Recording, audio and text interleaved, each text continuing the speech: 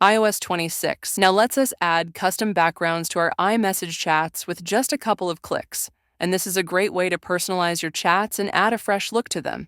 You'll be able to add different designs which Apple has created for you, or you can simply add any photo from your photo gallery. So let's change the background.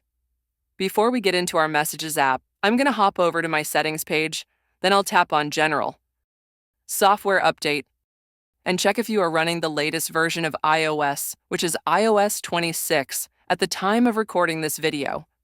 The custom background feature was introduced with 26, so you will not see it if you're on iOS 18, 17, or lower. So I already have it installed on my device, and I'm now going to exit the settings page, and then I'll open the Messages app. As you can see, the background of my chat is white. If I long press on the empty space, nothing is going to happen. Instead of this, I'll tap on the name of my contact at the top of the page, which is then going to open this section in the app. I can see different things related to my chat, including the contact information, the photos, links, and other things. But you're going to find this Backgrounds button with iOS 26, so let's tap here.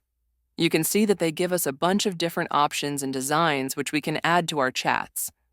You'll have the color design, which looks great, and once you tap on any of these options, a preview window will pop up showing you how the background will look like behind your messages, so you can get an idea on if it's good or not.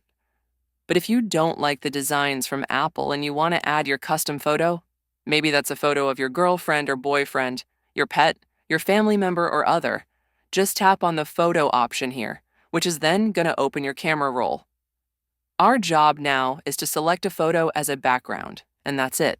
This is the process of changing the background of your iMessage chats.